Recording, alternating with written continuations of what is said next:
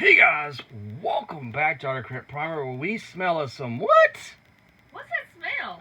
It is Stinkor! exactly, and we're going to be taking a look at all three of these Stinkors in this review, and kind of showing them off. But before we do, let me just go ahead and show you the accessories that come with the Stinkor for Revelation. So you have this nice little head sculpt.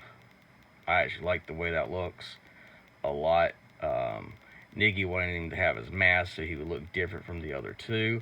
So, and then you have these nice little hand accessories where you can have him holding his shield in different hands or having one of his hands open if you want him to. So you can do that if you like. You just pop them off. They're all like a little ball joint for the head, and then that little peg pack goes in. So, will the real Stinkor stand up?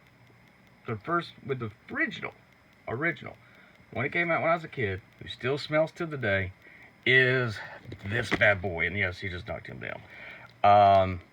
Yes, this is the original with a squishy head. If you're a Merman fan, you would know that they use the same head sculpt for him as for Merman. Nice plastic, got the stripes down, all the way down. Love orange, and he still stinks. He has, after all 30 plus years, he still has the smell. And that's why I was very, very happy. Let me set him down over here. Let's take a look at the origins. Now, we're going to take a look at the difference between the two. As you can see, the head sculpts are pretty much the same. Like so. More articulation with his head. A lot of wiggly waggly, a lot of movement. A lot of nice little skunk head in the back. Going down here. It's very plastic, and I kind of wish they had done the paint apps like the original, or gone with more of a bright orange for this to match this a little bit better, and a little paint here and there.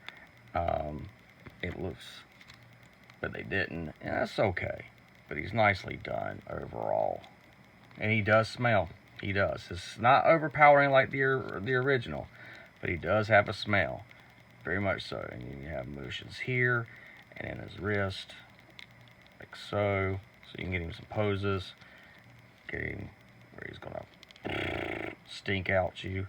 And then he's got his blue shield.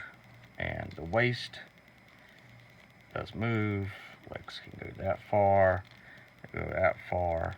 And because of the bend, they don't have a whole bunch of knee bend, but you can get a little bit of play out of it, and you can move this, and the foot can go down and up.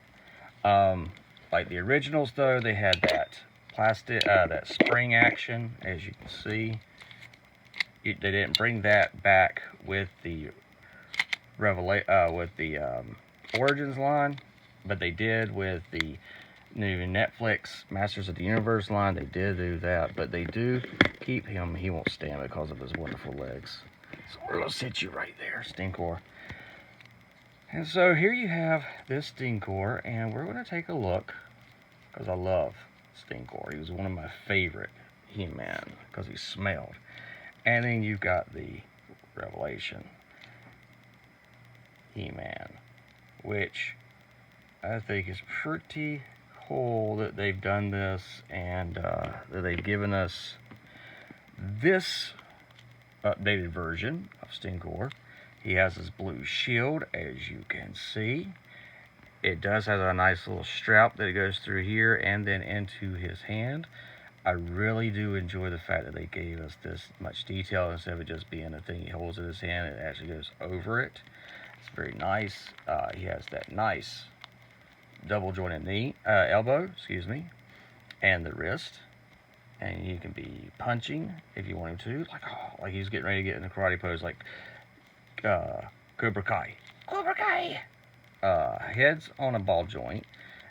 Mine's really tight, so I don't get a lot, but you do get some of that nice little movement right there.